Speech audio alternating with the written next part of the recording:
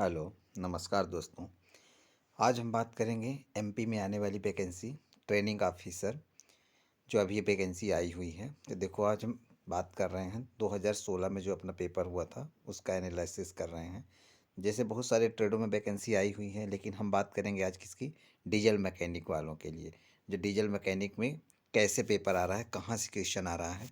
देखो हर ट्रेड में आ रहे हैं, ऐसे ही क्वेश्चन आ रहे हैं। जो जीके है सब में सेम है, और जो अपनी ट्रेड थ्योरी आती है वो अलग होती है। तो 25 नंबर का अपना क्या होता है, जीके का क्वेश्चन आता है।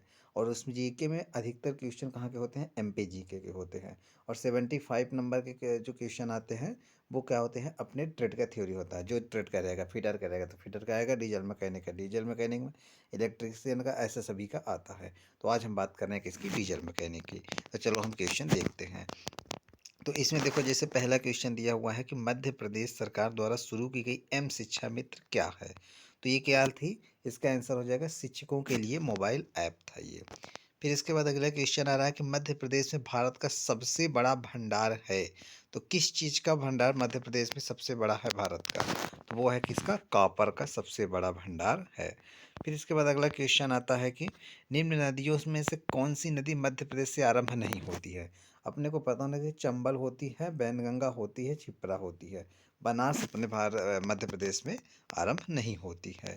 फिर इसके बाद अगला क्वेश्चन आ रहा है कि कलरीपायट्टू मार्शल आर्ट का एक प्राचीन रूप है, इसका उदय किस राज्य में हुआ है। तो ये आपने चार ऑप्शन दिए हुए हैं। देखो कलरीपयट्टू कहाँ पे हुआ है, केरल में, इसका आंसर हो जाएगा। फिर इसके बाद अगला क्वेश्चन है अपना कि डॉक्टर सर्वपल्ली राधाकृष्णन किस समय में भारत के राष्ट्रपति थे। तो अपने को पता है कि सबसे पहले राष्ट्रपति कौन थे, डॉक्टर राजेंद्र प्रसाद थे। और पहले उपराष्ट्रपति डॉक्टर सर्वपल्ली राधाकृष्णन थे। तो ये पूछ रहा है कि डॉक्टर सर्वपल्ली राधाकृष्णन किस समय पर थे। तो इसका आंसर हो जाता 1962 से 1967 के बीच में हुए थे। फिर इसके बाद अगला क्वेश्चन है कि ग्वालियर में जन्मे संगीतकार अमजद अली खान कौन सा वाद्य यंत्र बजाते हैं। तो अपने से देखो ये घुमा देता है, घुमा के ऐसे पूछा कि ग्वालियर में जन्मे संगीतकार, जिससे लड़के कंफ्यूज हो। लेकिन इसका सिंपल सा क्या होना है कि अमजद अली खान कौन सा वाद्य यंत्र बजाते हैं, तो वो कौन सा बजाते हैं, सरोद बजाते हैं। फिर इसके बाद अगला क्वेश्चन आ रहा है कि कब खजुराहो के स्मारकों को यूनेस्को के विश्व विरासत स्थल में घोषित किया गया था। तो ये कब घोषित किया गया था, 1986 में घोषित किया गया था। इसके बाद अगला क्वेश्चन है कि 1756 से 1868 तक निकोबार द्वीप पर किस यूरोपीय देश का स्वामित्व था। जैसे अंडमान निकोबार द्वीप समूह ये अपने भारत के पूर्वी क्षेत्र में स्थित है। तो ये इसमें किसका कौन शासन कर रहा था, तो इसमें डेनमार्क शासन कर रहा था अपना, 1756 से लेकर 1868 तक। फिर इसके बाद है कि पुस्तक driven the Virat Kohli story के लेखक कौन है। तो इसका आंसर आ जाएगा विजय लोक पल्ली हो जाएगा। अब देखो ये क्वेश्चन 2016 का था, अब जो पूछा जाएगा ये 2022 का पूछा जाएगा। तो ये जैसे पुस्तक पुस्तक के बारे में पढ़ना है, तो अभी जो पुस्तक लॉन्च हुए उसके बारे में पढ़ना है।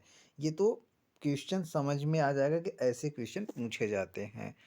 फिर इसके बाद अगला क्वेश्चन कौन सा है कि मध्य प्रदेश में कैमूर, मैकाल, महादेव ये सब क्या हैं। ये सभी क्या हैं, ये सभी के सब पहाड़ के नाम हैं यहाँ पे मध्य प्रदेश में। फिर इसके बाद अगला क्वेश्चन आता है कि राष्ट्रीय विधि संस्थान विश्वविद्यालय कहाँ स्थित है। तो ये स्थित कहाँ पे है, भोपाल में स्थित है। फिर इसके बाद अगला क्वेश्चन आता है कि ये देखो चार ऑप्शन दे दिया गया है, इसमें से अलग बताना है आपको कौन सा है। तो ये गोल क्रीम, पिन क्रीम और फीता क्रीम एक है, लेकिन दाँत क्या हो जाएगी, अलग हो जाएगा। तो ये देखो एक साइंस से भी क्वेश्चन इसमें डला हुआ है। फिर इसके बाद अगला क्वेश्चन हो जाएगा कि निम्न में से कौन सी मध्य प्रदेश में स्थित एक झील है। तो इससे देखो चिल्का झील अपनी उड़ीसा में है, शिव सागर महाराष्ट्र में है, लोकटक मणिपुर में है, तो तवा झील कहाँ पे है, मध्य प्रदेश में स्थित है। फिर इसके बाद मध्य प्रदेश के अलीराजपुर को मध्य प्रदेश का क्या कहा जाता है, चेरा पूंजी कहा जाता है। अब देखो चेरा पूंजी कहाँ पे है, मेघालय में है। किस लिए प्रसिद्ध थी, बारिश के लिए प्रसिद्ध थी। अब तो मासिम राम हो गया है। तो वहीं को मध्य प्रदेश का अलीराजपुर को भी क्या कहा जाता है, चेरा पूंजी कहा जाता है। फिर इसके बाद आता है कि संयुक्त राष्ट्र दिवस कब मनाया जाता है। तो संयुक्त राष्ट्र दिवस की स्थापना हुई थी 24 अक्टूबर 1945 को। तो 24 अक्टूबर को संयुक्त राष्ट्र का दिवस मनाया जाता है। फिर इसके बाद है अपना कि 19वीं सदी में सर सैयद अहमद खान द्वारा स्थापित एंग्लो ओरिएंटल कॉलेज को किस नाम से जाना जाता है। तो उसको क्या जाना जाता है, अलीगढ़ मुस्लिम यूनिवर्सिटी जो है, इसको सर सैयद अहमद खान द्वारा स्थापित किया गया था और इसको पहले एंग्लो ओरिएंटल कॉलेज को नाम से जाना जाता था, फिर इसका नाम अलीगढ़ मुस्लिम यूनिवर्सिटी हो गया। इसके बाद अगला क्वेश्चन है कि शरीर के किस भाग में कोलेस्ट्रॉल का उत्पादन मुख्य रूप से होता है? तो कोलेस्ट्रॉल का उत्पादन होता है लीवर से होता है। ये भी देखो साइंस से क्वेश्चन है। अभी तक में 2 अपने को साइंस से क्वेश्चन मिले हैं। फिर इसके बाद अगला क्वेश्चन है कि किसकी हत्या के बाद हरिवंश राय बच्चन ने अपनी अंतिम कविता 1 नवंबर 1984 लिखी? तो 1984 में किसकी हत्या की गई थी? इंदिरा गांधी की हत्या कर दी गई थी। तो निम्न में से कौन सा सर्वोच्च असैनिक सम्मान एक भारतीय को दिया जाता है? तो सैनिकों के लिए असैनिक सम्मान, तो ये कौन सा हो जाएगा? भारत रत्न हो जाएगा। जो कि जो असैनिक है, बिना सैनिकों को भी ये सबसे बड़ा अपने भारत का सबसे मेन सम्मान होता है, भारत रत्न हो जाता है।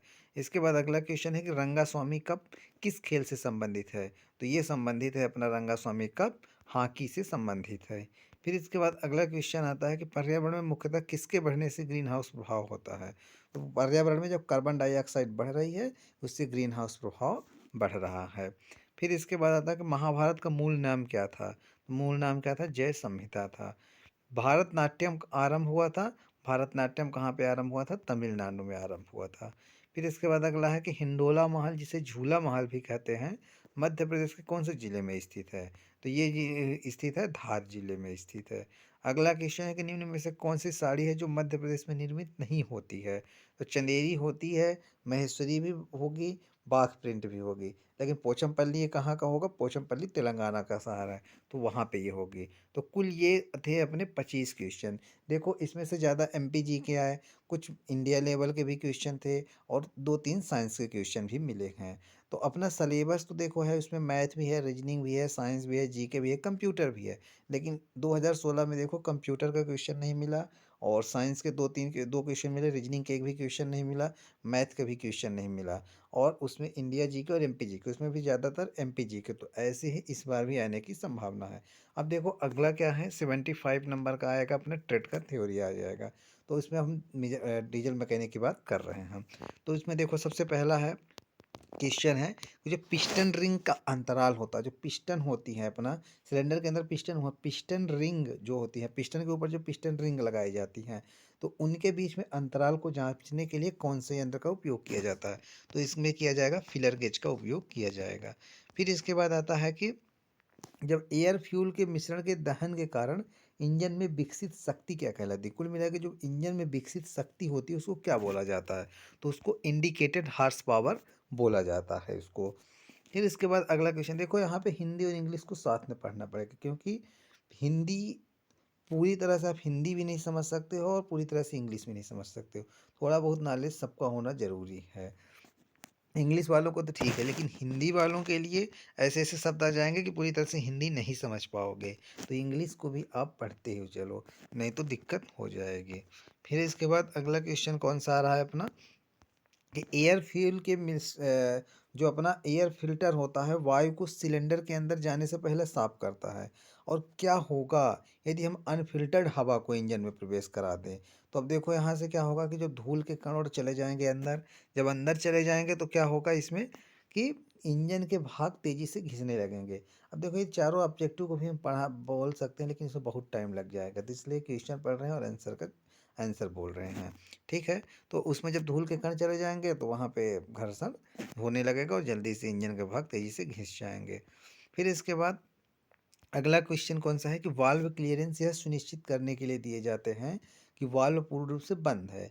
ऊपरी वाल्व परिचालन कार्यविधि में वाल्व क्लियरेंस कहाँ दिया जाता है?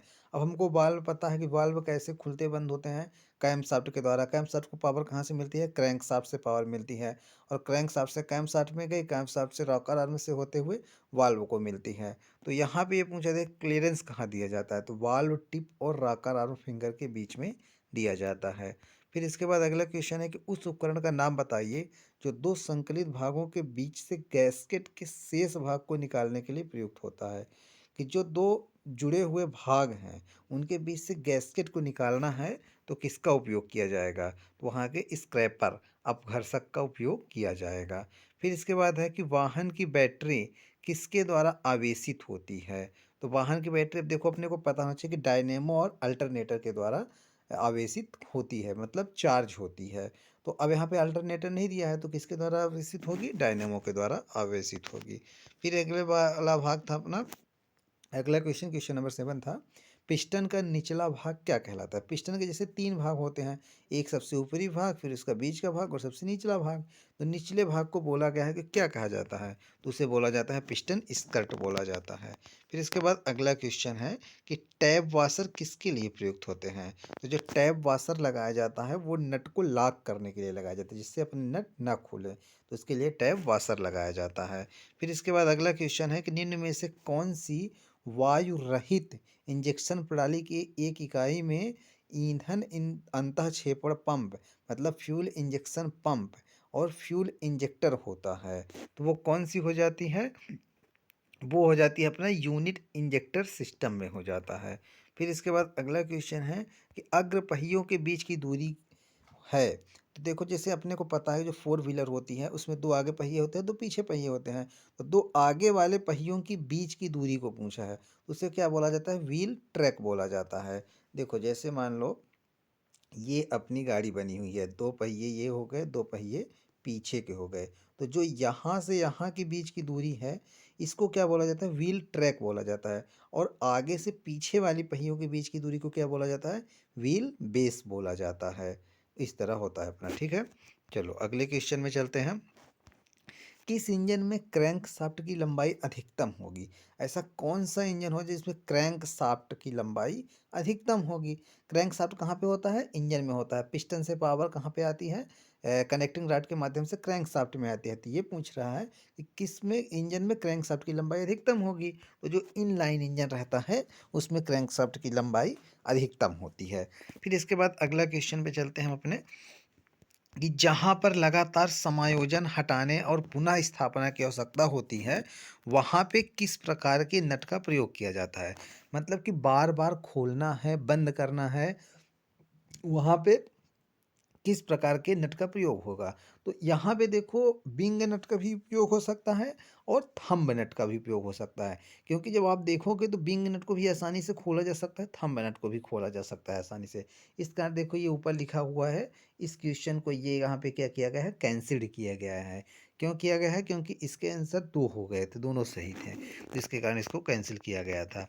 फिर इसके बाद देखो अपना कौन सा हो जाएगा, कि इंजन में वायु ईंधन मिश्रण के दहन के कारण विकसित शक्ति। अभी देखो ऊपर भी यही क्वेश्चन आया था, नीचे भी यह क्वेश्चन फिर से आ गया कि इंजन में वायु ईंधन के दहन के कारण विकसित शक्ति क्या कहलाती है?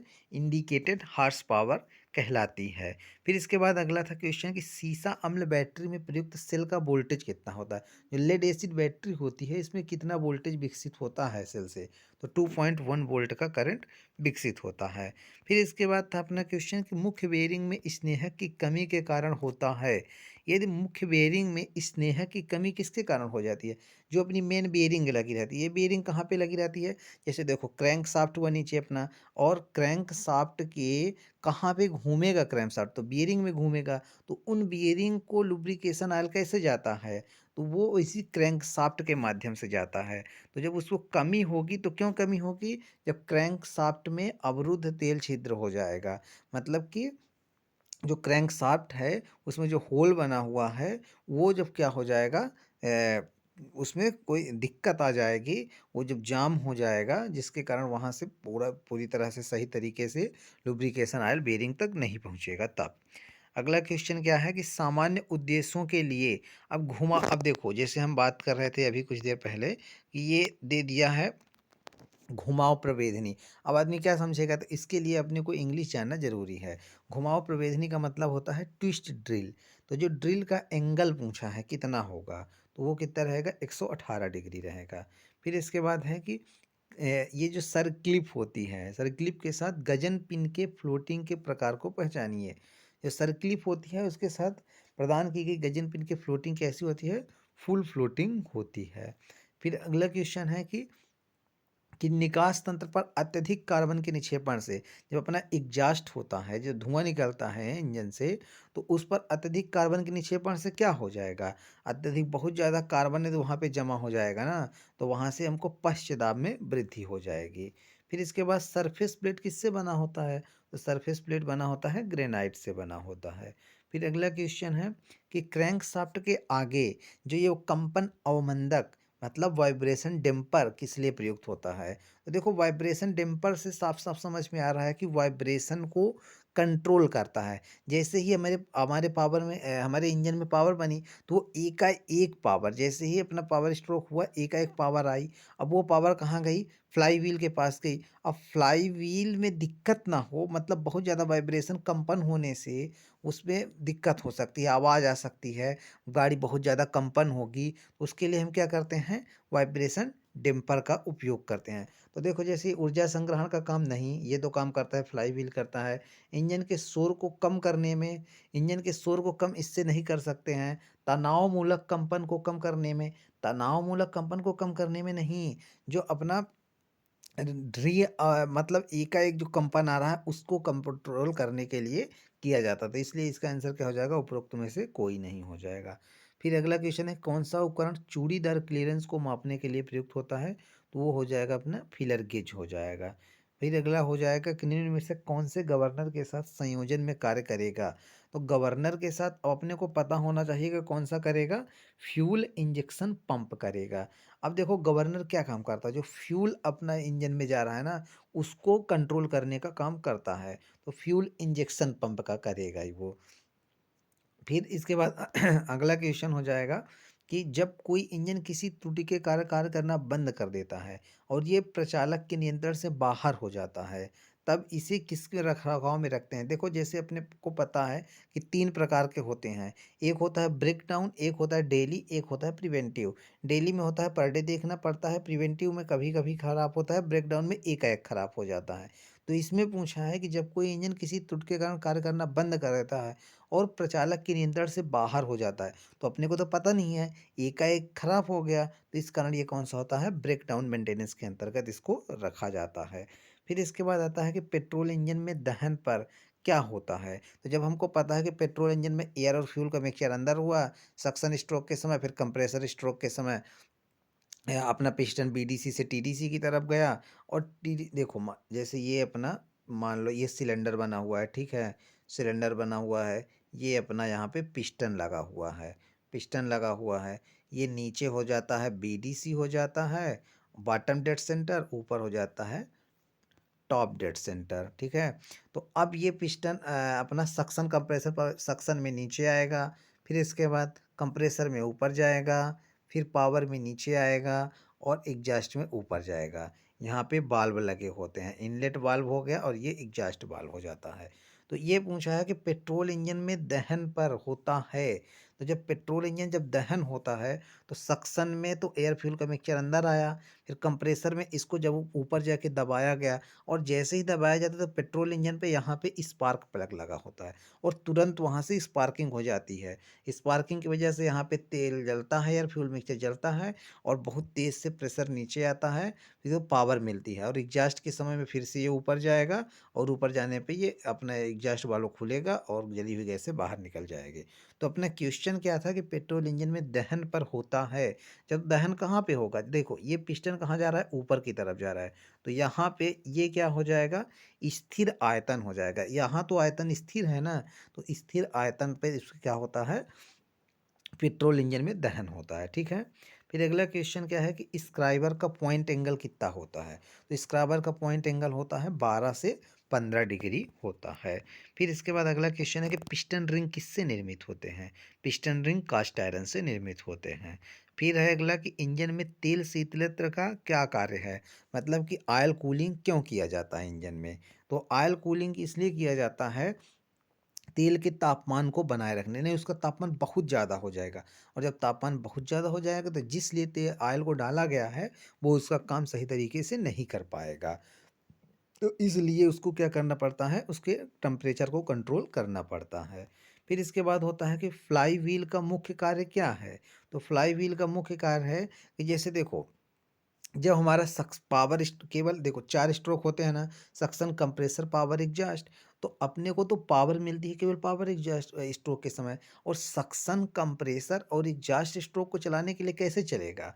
तो उसके लिए हमको जो पावर होती है वो हमको अपना स्टोर करके रखना पड़ता है फ्लाई व्हील में, ठीक है। तो इसका आंसर हो जाएगा कि पावर स्ट्रोक के दौरान जो ऊर्जा मिली है उसका संग्रह कर उसकी आपूर्ति निष्क्रिय स्ट्रोक को करना। निष्क्रिय स्ट्रोक को करना मतलब जैसे सक्शन, कंप्रेसर और एग्जॉस्ट स्ट्रोक को करना, वो निष्क्रिय स्ट्रोक हो जाएंगे। ठीक है। अगला क्वेश्चन कौन सा है कि एक इंजन का जो ये स्पर्शी मतलब क्लियरेंस वॉल्यूम 100 सेंटीमीटर क्यूब है और उसका स्वेप्ट वॉल्यूम 900 सेंटीमीटर क्यूब है, तो उसका पूछ रहा है कंप्रेसर रेशियो कितना हो जाएगा। तो देखो, क्लियरेंस वैल्यू मतलब होता है वीसी, वीसी इक्वल टू दिया है 100, ठीक है। और swept volume V S equal to दिया हुआ है कितना, 900 सेंटीमीटर क्यूब दिया है, ठीक है। अब कंप्रेसर रेशियो का सूत्र क्या होता है कि वीसी प्लस वी एस अपान वीसी, मतलब कि क्लियरेंस वैल्यूम जो दिया हुआ है और जो अपना स्वेप्ट वैल्यूम दिया हुआ है उन दोनों का योग बटा क्लियरेंस वैल्यूम जो अपना होता है वो इसका सूत्र होता है। तो बस अब इस सूत्र पे इसको रख देना है।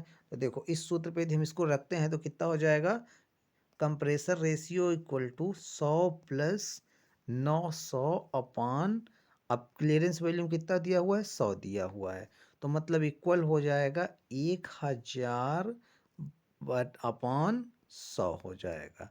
अब इसमें से काट देते हैं, 2 जीरो से ये 2 जीरो कट गया, तो इसका रेशियो कितना आ रहा है, 10:1 आ रहा है। तो इस तरह इसको आंसर को क्वेश्चन को हल करना है। ठीक है, अगले क्वेश्चन पे चलते हैं। अगला क्वेश्चन है किसका उपयोग तेल के अधिकतम दाब की सीमा तय करने में होता है। तो अब दाब की बात हो रहा है, तेल के अधिकतम दाब सीमा तय करने में होता है, तो वो कौन सा हो जाएगा, प्रेशर रिलीफ वाल्व हो जाएगा।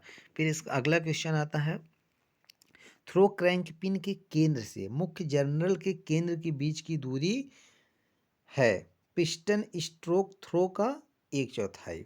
अब देखो जैसे क्रैंक पिन हो जाती है, क्रैंक पिन के केंद्र से मुख्य जनरल के केंद्र के बीच की दूरी, जो क्रैंक पिन अब कहाँ लगी रहती है, क्रैंक पिन देखो कैसे लगी रहती है, जो अपना पिस्टन हुआ और यहाँ से पिस्टन से कनेक्टिंग रॉड जुड़ा हुआ है, कनेक्टिंग रॉड से यहाँ पे नीचे क्रैंक शाफ्ट जुड़ा हुआ है। तो देखो यहाँ पे ऐसे देखो यहाँ पे ये अपना बना हुआ है, पिस्टन बना हुआ है, ठीक है। यहाँ पे गजन पिन से कनेक्टिंग रॉड जुड़ा हुआ है, नीचे अपनी बनी हुई है क्या, क्रैंक शाफ्ट बना हुआ है, यहाँ बियरिंग लगी हुई है, यहाँ बियरिंग लगी हुई है, यहाँ पे जो क्रैंक पिन लगी होती है, यहाँ पे क्रैंक पिन लगी हुई होती है। तो क्रैंक पिन के केंद्र से मुख्य जनरल के केंद्र की बीच की दूरी, यहाँ से यहाँ के बीच की दूरी को पूछ रहा है, यहाँ से यहाँ के बीच की दूरी को, दूरी है पिस्टन स्ट्रोक थ्रो का, जो पिस्टन स्ट्रोक है, पिस्टन स्ट्रोक, स्ट्रोक किसे कहते हैं, पिस्टन के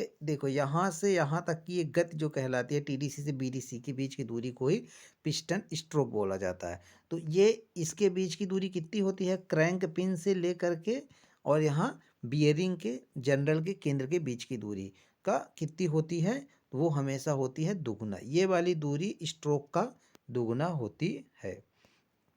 अगला क्वेश्चन का आंसर हो जाएगा कि टाइमिंग के केस में अत्यधिक चेन शोर का क्या कारण है। अब जब टाइमिंग केस में अत्यधिक चेन शोर क्यों होता है, तो इसका आंसर हो जाएगा कि चक्रदंत की अत्यधिक घिसाई, मतलब स्प्रोकेट में बहुत ज़्यादा घिसाई होने लगती है, तब जाकर के टाइमिंग केस में अत्यधिक चेन का शोर आने लगता है। अगला क्वेश्चन है कि ईंधन फ्यूल टंकियों को रोध के साथ प्रदान किया जाता है, रोध को प्रदान करने का उद्देश्य क्या है, जो अपने फ्यूल टैंक्स होते हैं उनको रोध प्रदान किया जाता है। ये रोध क्यों किया जाता है, तो ये इसलिए किया जाता है संचलन के दौरान ईंधन के विपंगन को रोकने के लिए ऐसा किया जाता है। फिर इसके बाद अगला क्वेश्चन है कि परिपथ में प्रवाहित होने वाली विद्युत धारा मापी जाती है, तो किस में मापी जाती है, विद्युत धारा को हमेशा एम्पियर में मापा जाता है। अगला क्वेश्चन है कि बैटरी विद्युत ऊर्जा को किस रूप में संचित रखती है, तो जो बैटरी होती है ये हमेशा किस रूप में संचित करती है, केमिकल एनर्जी के रूप में उसको संचित करके रखती है। फिर अगला क्वेश्चन है कि यदि वोल्टेज नियंत्रक का विन्यास बहुत उच्च हो जाए तो क्या होगा। ये वोल्टेज नियंत्रक होते हैं, वोल्टेज को रेगुलेट करने वाले होते हैं, जो उनका विन्यास बहुत अधिक हो जाए तो क्या होगा, तो बैटरी का आवेशन दर उच्च होगा, उच्च दर पर होगा। बैटरी जो चार्ज होती है वो बहुत ही उच्च दर पर चार्ज होने लगेगी यदि वोल्टेज कंट्रोल का विन्यास बहुत उच्च हो जाएगा तो। फिर अगला क्वेश्चन है कि एक 4 स्ट्रोक इंजन में 4 जो अपना होता है suction stroke, compressor stroke, power stroke और एग्जॉस्ट स्ट्रोक, तो किस स्ट्रोक के दौरान इंजन के सिलेंडर के अंदर दाब वायुमंडलीय दाब से निम्न हो जाएगा। अब देखो हमको पता है कि अभी हम यहाँ बनाए हुए थे, ये अपना हो गया सिलेंडर हो गया, इसके अंदर लगा हुआ है पिस्टन लगा हुआ है, ठीक है, ये अपना पिस्टन लगा हुआ है। अब पिस्टन में नीचे सक्शन स्ट्रोक होता था, फिर ऊपर कंप्रेसर स्ट्रोक होता था, फिर नीचे पावर स्ट्रोक होता था और ऊपर की तरफ एग्जॉस्ट स्ट्रोक हो जाता था। तो सक्शन स्ट्रोक, तो अब ये पूछ रहा है कि जो वायुमंडलीय प्रेशर से कम प्रेशर कब होगा। तो यहाँ अब हमेशा अपने को पता है कि हवा किधर से किधर जाती, कोई भी चीज़ किधर से किधर जाता है, हाई प्रेशर से लो प्रेशर की तरफ जाता है। तो जब हमको इसके अंदर डालना है, सिलेंडर के अंदर चार्ज को डालना है, तो यहाँ पे क्या होगा कि ये कब ऐसा होगा, कब आता है चार्ज अंदर, सक्शन स्ट्रोक के समय। तो सक्शन स्ट्रोक के समय वायुमंडलीय दाब से सिलेंडर के अंदर का दाब वायुमंडलीय दाब से कम हो जाता है।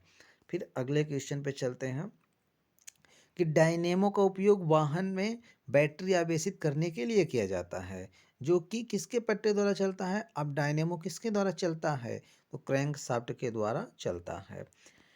फिर है कि सीसा लेड एसिड बैटरी में सल्फ्यूरिक अम्ल का परसेंट कितना होता है।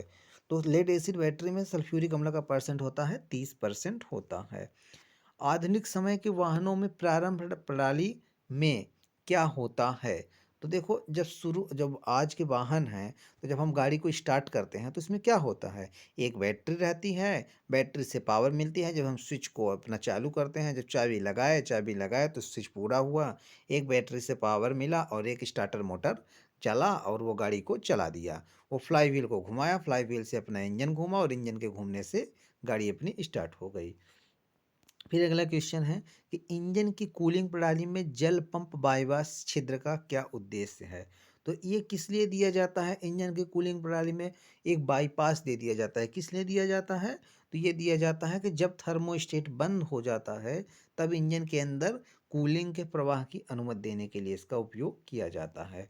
फिर है कि कौन सा पदार्थ प्रवेश कपाट को निर्मित करने के लिए प्रयुक्त होता है। प्रवेश कपाट मतलब इनलेट वाल्व को निर्मित करने के लिए प्रयुक्त होता है, तो वो निकिल क्रोमियम स्टील का बनाया जाता है।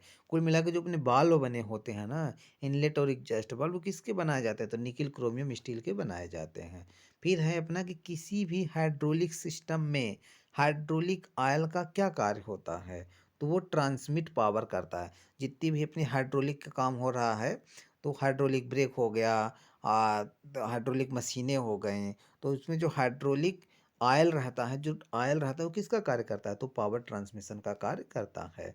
फिर निम्न में से कौन सी पदार्थ मोटी रेती से काटे जाते हैं, तो लकड़ी बहुत मोटी मोटी काट रेती से काटे जाते हैं, ठीक है। फिर इसके बाद अगला क्वेश्चन है अपना कि डीजल इंजन का कंप्रेसर रेशियो कितना होता है, तो इंजन का कंप्रेसर रेशियो 16 से 22 याद कर लो। अब देखो इसमें हमको कैसे याद करना है कि हमेशा ऐसे याद करो कि 16 से 22 डीजल का कंप्रेसर रेशियो बहुत ज़्यादा रखा जाता है, क्योंकि उसमें एयर फ्यूल का मिक्सचर नहीं होता है, शुद्ध एयर अपनी आती है और फ्यूल ऊपर से उसमें एक स्प्रिंकल के द्वारा छिड़काव किया जाता है फ्यूल इंजेक्टर पंप के द्वारा। तो इसका कंप्रेसर रेशियो बहुत अधिक होता है, पेट्रोल का कंप्रेसर रेशियो कम होता है, ठीक है। फिर अगला क्वेश्चन है 4 सिलेंडर इंजन का फायरिंग आर्डर क्या होता है, तो 4 सिलेंडर इंजन का फायरिंग आर्डर 1342 होता है। इसका मतलब ये होता है कि सबसे पहले जब अपना जैसे गाड़ी है, उसमें 4 सिलेंडर की गाड़ी है, ठीक है, तो 4 सिलेंडर की गाड़ी मान लो, ये एक सिलेंडर हो गया, दूसरा सिलेंडर हो गया, तीसरा सिलेंडर हो गया, चौथा सिलेंडर। तो सबसे पहले आग लगेगी फर्स्ट वाले में, फिर आग लगेगी थर्ड वाले में, फिर आग लगेगी फोर वाले में, फिर आग लगेगी टू वाले में। ऐसे क्यों किया जाता है, ऐसा किया जाता है अपना वाइब्रेशन से बचाने के लिए। हम कहते हैं मान लो इसमें किए फिर इसमें कर देते, तो इधर वाइब्रेशन ज़्यादा हो जाएगा और इधर वाइब्रेशन नहीं होगा, तो इस कारण इसका फायरिंग आर्डर ऐसे किया जाता है। ऐसे ही 6 सिलेंडर का भी होता है, उसका भी होता है ऐसे ही 1 3 5 6 2 4। ऐसे ही 8 सिलेंडर का भी होता है, तो ये अपना 4 सिलेंडर का आर्डर हो गया, ठीक है। फिर अगला क्वेश्चन है कि घिसे हुए कैम लोब के कारण इनमें से क्या होगा।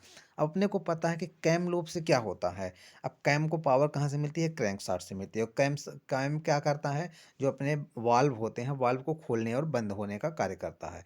तो ये पूछ रहा है कि कैम लोब घिसा होगा तो इससे क्या हो जाएगा। तो इससे हो जाएगा कि जो अपनी आयतन दक्षता हो ना, दक्षता में कमी आ जाएगी। फिर है कि हाथ से संचालित जैक क्या कहलाते हैं। जो जैक होते हैं जो हाथ से ही हम उसको संचालित कर देते हैं, वो स्क्रू जैक कहलाते हैं। फिर अपना अगला क्वेश्चन है कि देखो ये 6 ओम, 10 ओम और 15 ओम के 3 प्रतिरोध समानांतर क्रम में जुड़े हैं, तो परिपथ का कुल प्रतिरोध क्या हो जाएगा। अब देखो इसमें दो प्रकार के क्वेश्चन पूछे जाते हैं, एक सीरीज में पूछा जाता है और एक पैरेलल में होता है। तो जब श्रेणी क्रम संयोजन होता है तो उसका सूत्र होता है R बराबर R1 plus R2 plus R3। तो यदि श्रेणी क्रम में पूछा जाता तब तो कोई दिक्कत नहीं थी, तीनों को जोड़ देते आंसर आ जाता। लेकिन जब समानांतर क्रम में पूछा गया तो इसका सूत्र होता है, इसका सूत्र हो जाएगा 1/R equal 1/R1 plus 1/R2 plus 1/R3। तो अब इसमें सूत्र में इसको रख देते हैं, तो कैसे रखेंगे, ये हो जाएगा 1/6 प्लस 1/10 प्लस 1/15। इसका एलसीएम ले लेंगे 30 आ जाएगा। तो ये 6×5 = 30 हो जाएगा, 10×3 = 30 हो जाएगा और 15×2 = 30 हो जाएगा। 5×3 = 8 तो 10, 10/30। तो R इक्वल टू हो जाएगा 30/10। मतलब इसको काट देंगे तो कितना आ जाएगा आंसर, 3 ओम आ जाएगा। ठीक है, आगे चलते हैं हम। यह है कि 20 घंटे की दर के अनुसार एक बैटरी 20 घंटे के लिए 5 एम्पियर प्रदान कर सकती है। उसके बाद उसमें 1.75 वोल्टेज शेष रहता है, तब बैटरी की दर कितनी हो जाएगी, तो 20×5 = 100 एम्पियर घंटे हो जाएगी। इसके बाद अगला क्वेश्चन है कि रेडिएटर में प्रेशर कैप क्यों जुड़ी रहती है। रेडिएटर क्या काम करता है, रेडिएटर इंजन को ही गर्म होने से बचाता है, इंजन को ठंडा करने का काम करता है। तो अब इसमें पूछ रहा है कि प्रेशर कैप क्यों जुड़ी होती है। तो ये होती है कि जल के क्वथनांक में वृद्धि करने के लिए और इंजन को उच्च तापमान पर सक्षम करने के लिए इसका उपयोग किया जाता है प्रेशर कैप का। फिर होता है कि 2 स्ट्रोक इंजन की तुलना में 4 स्ट्रोक इंजन में क्या होता है, कौन सी फ्लाई व्हील ज़्यादा भारी किस में होती है, 2 स्ट्रोक इंजन में होगी कि 4 स्ट्रोक इंजन में होगी। अब 2 स्ट्रोक इंजन का उपयोग कहाँ किया जाता था, पहले की गाड़ियों में किया जाता था, जैसे राजदूत गाड़ी आती थी उसमें होता था। और आजकल क्या हो रहा है, 4 स्ट्रोक इंजन की गाड़ियों का यूज हो रहा है। तो अब इसमें पूछ रहा है कि फ्लाई व्हील जो लगी होती है तो वो किसमें ज़्यादा बड़ी होती है। तो 2 स्ट्रोक इंजन की तुलना में 4 स्ट्रोक इंजन में ज़्यादा बड़ी फ्लाई व्हील का उपयोग किया जाता है। क्यों क्यों ऐसा किया जाता है, क्योंकि देखो अपने को पता है कि जो 2 स्ट्रोक इंजन होता था उसमें हमारे सक्शन कंप्रेसर एक साथ हो जाते थे और पावर एग्जॉस्ट एक साथ हो जाते थे। मतलब 2 साइकिल में ही पूरा साइकिल पूरा हो जाता था, 2 स्ट्रोक में। लेकिन इसमें क्या होता है कि सक्शन कंप्रेसर पावर एग्जॉस्ट 4 बार पिस्टन को ऊपर नीचे होने पड़ता है, तब जा करके एक साइकिल पूरा हो पाती है। तो इसलिए इसमें ज़्यादा देर तक हमरे को क्या करना पड़ता है, स्टोर करके रखना पड़ता है पावर को, तो इसमें ज़्यादा भारी फ्लाई व्हील का यूज किया जाता है। फिर अगला क्वेश्चन है कि वायुमंडल में ऑक्सीजन का परसेंट लगभग कितना होता है। तो वही सब याद किए हैं कि अपना ऑक्सीजन 21% होता है, नाइट्रोजन 78% होता है और बाकी सभी गैसें थोड़ी थोड़ी होती हैं। तो यह कितना हो जाएगा, 20.95% हो जाएगा। फिर अगला क्वेश्चन है कि डीजल इंजेक्शन के प्रारंभ और समापन के बीच के समान अंतराल के लिए एक FIP का जांच और समायोजन क्या कहलाता है। कि डीजल का इंजेक्शन कब करना है और कब बंद कर देना है, तो इसके लिए जांच करने के लिए और इसका एडजस्टमेंट करने की क्रिया क्या कहलाती है, उसको फेजिंग कहते हैं। फिर इसके बाद अगला क्वेश्चन है कि डीजल वर्कशाला का तेलीय फर्श के किसके उपयोग द्वारा साफ किया जाना चाहिए। तो अब अपने को पता है कि जब तेल कहीं गिरा है तो वहाँ तो हम जल डाल नहीं सकते हैं, क्योंकि जल ऊपर ही जल कोई मतलब नहीं रह जाएगा, तेल में और ज़्यादा दिक्कत आ जाएगी। कार्बन डाइऑक्साइड गैस है, उससे तो कुछ हो ही नहीं सकता है। तो वहाँ पे हम क्या करेंगे, उसको साफ करने के लिए रेत का उपयोग करेंगे।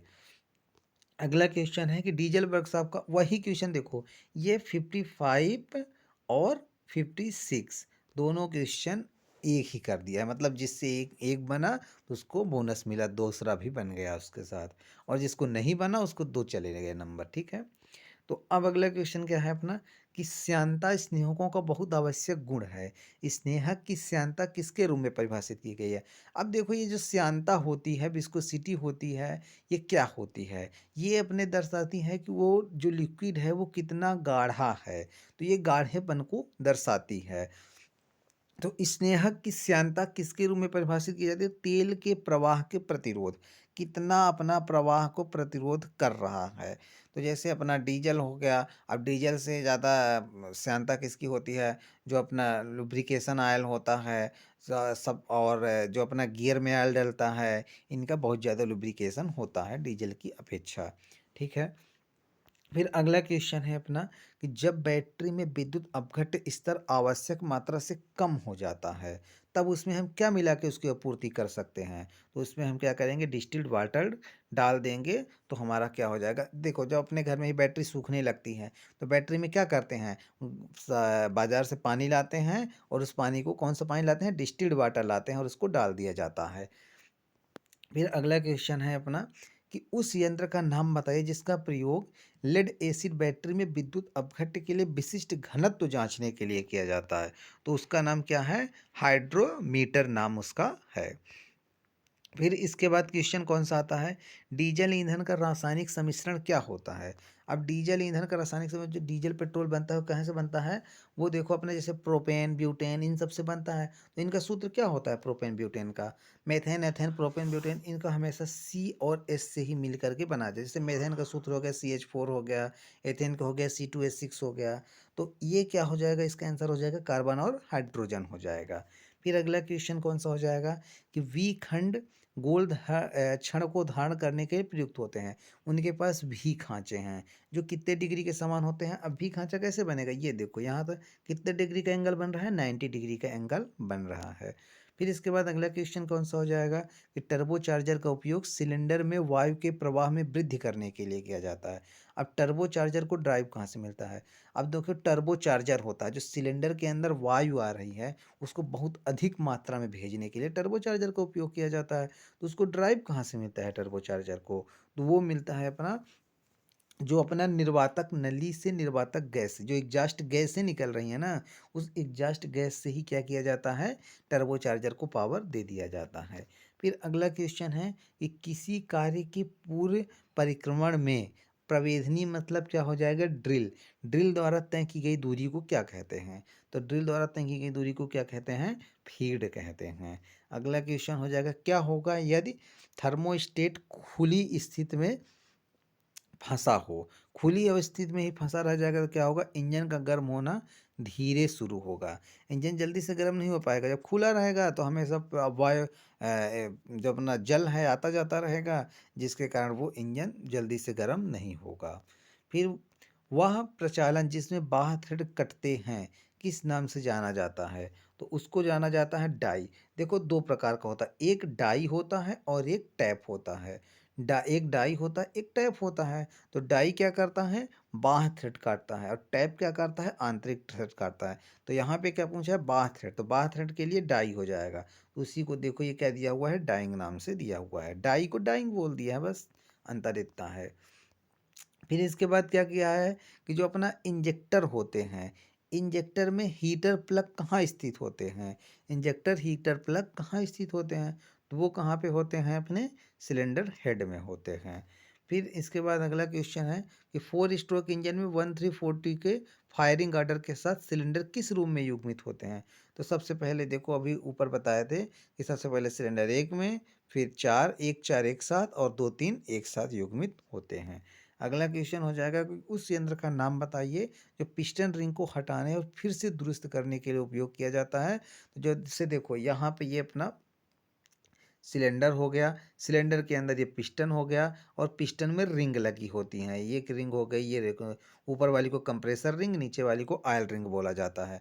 ये रिंग क्यों लगाई जाती है? क्योंकि कंप्रेसर रिंग लगाई जाती है जिससे ऊपर का कंप्रेसर नीचे ना लीक हो सके, और ऑयल रिंग लगाई जाती है जो लुब्रिकेशन ऑयल ऑयल सम्प में भरा रहता है तो ये ऊपर ना जा पाए कंप्रेसर चैम्बर में, क्योंकि कंबक्शन चैम्बर में चला जाएगा तो जलेगा, और जलेगा तो लुब्रिकेशन ऑयल भी जल्दी ख़त्म हो जाएगा और अपनी गाड़ी धुआं भेज देगी, उसका सही से दहन नहीं हो पाएगा।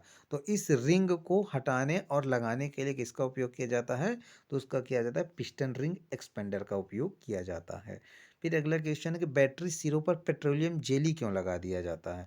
तो वो लगा दिया जाता है सल्फेशन को रोकने के लिए लगा दिया जाता है।